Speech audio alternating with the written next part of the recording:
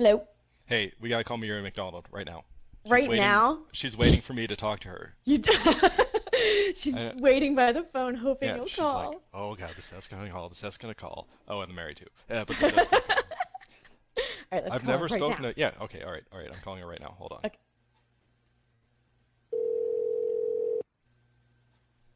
Hello? Hi, it's Seth and Mary from the Inn. Hi. Hey. So how's work today? What are you guys doing today?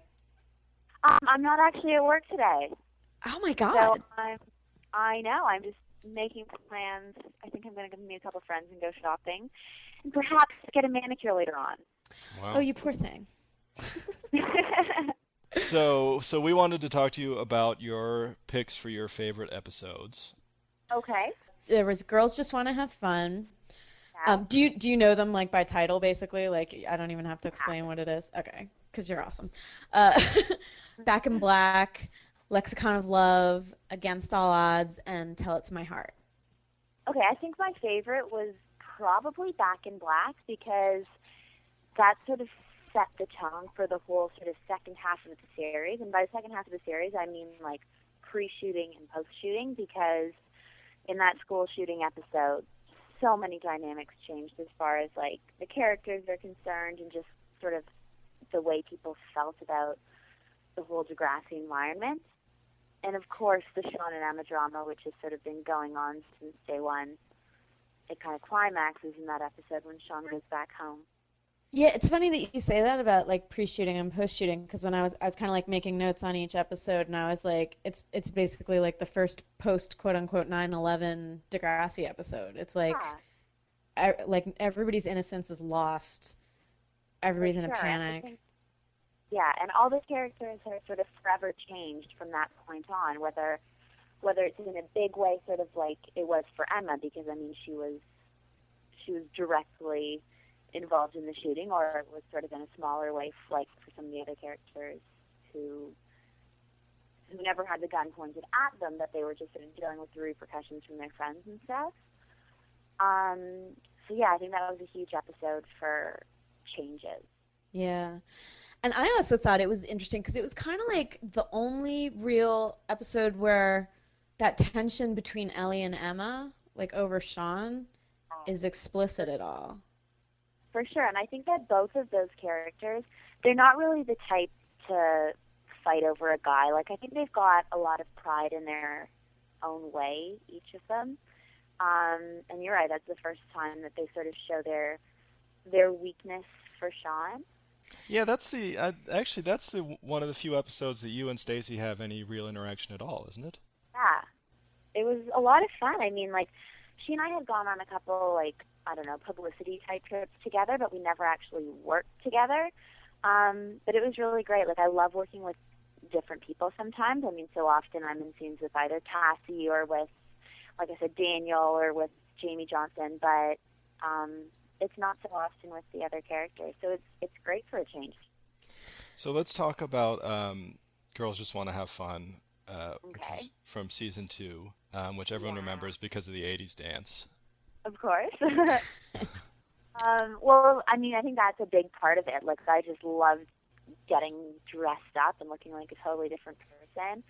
I thought it was an interesting episode where we sort of first see the rebellious streak in Emma, where she wants to kind of, I don't know, go against her parents' wishes because she's upset with her mom for dating her teacher, and she just sort of goes out and does something kind of bad, or I guess she does what's bad for a kid her age to do, right? Like crash the dance. Right. Yeah, it's funny. You don't really think about like Emma's problems dating back to season two, but they totally do. It's like when her family life was kind of confusing her and It's fun to think about the differences between like what was considered bad in season two and then what was considered bad in season I five. know. It's crazy. I mean, back then we were like, oh my gosh, don't crash the dance. You're going to get in so much trouble. And now it's like, wow, we pushed the boundaries a lot. I always, whenever I see that episode and see the picture, there's a still of you and Cassie in your sort of '80s getup, and you've got the spike hair, I always just think of that day on set, and I just imagine all the people who worked on the original series or who were just huge fans of the original series, just like seeing you in that hair and just having like a huge geek out right there, like, oh my God, she's got Spike's hair, and. It was pretty funny. I loved seeing the reactions of everybody, but I think Amanda Steptoe's reaction was the best because that was how she actually dressed back then, and she actually did her hair like that, like not just for the character, but for her personal. Yeah, wasn't it like when they cast the original Degrassi, they cast kids who were the characters, basically, right? Pretty much. I mean, I think Amanda went to her audition looking the way Spike looked on TV, and they liked it, and they went with it. Totally. So was she like giving you hair tips that day? Sort of. I just remember her telling me that like she would go through an entire can of hairspray every single time she did her hair. And she would tell me, "You've lost this conditioner when you wash it out."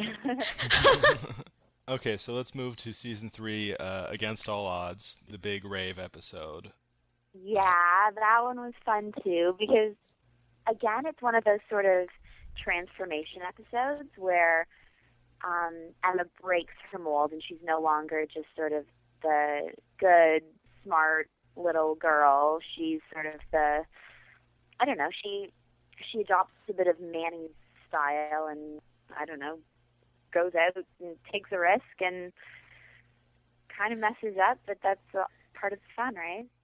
But she still can't quite bring herself to totally manny it up. Like she feels guilty about kissing Chris because he had a girlfriend. She's still got that moral, virtuous side to her.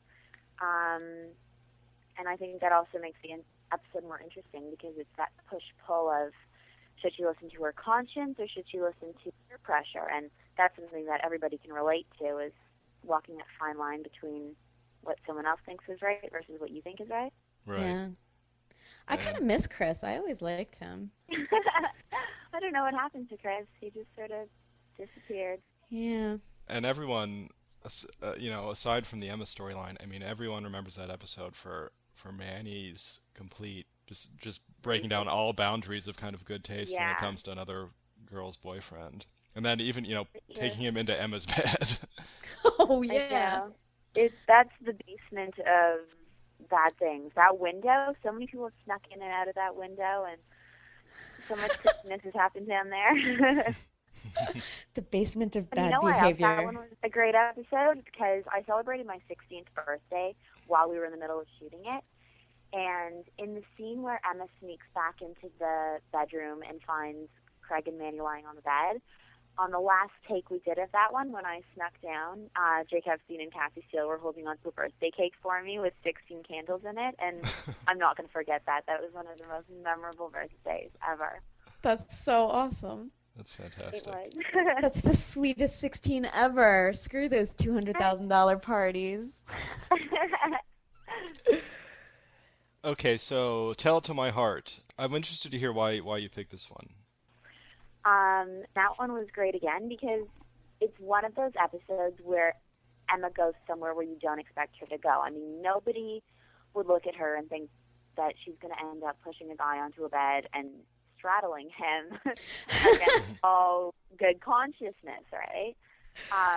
So those ones are my favorite, really, when I get to just push my character that little bit further, and this episode pushed her in a direction that she hasn't gone yet, so... Do you think like Emma could ever get pushed too far and you wouldn't be comfortable with it anymore?